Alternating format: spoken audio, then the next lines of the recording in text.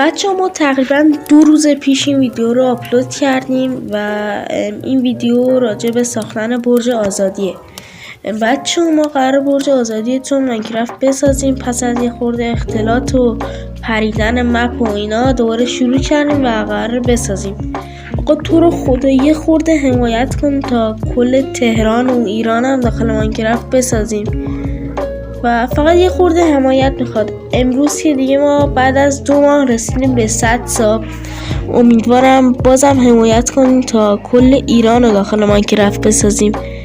یه خورده حمایت دیگه داره، چیزی کم نمیکنه که یه ساب کن، یه فالو کن. چیزی هم خواستی تو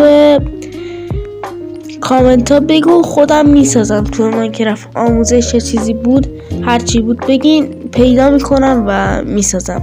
چاکریم. و بچه این ویدیویی که الان من گذاشتم پارت 1 این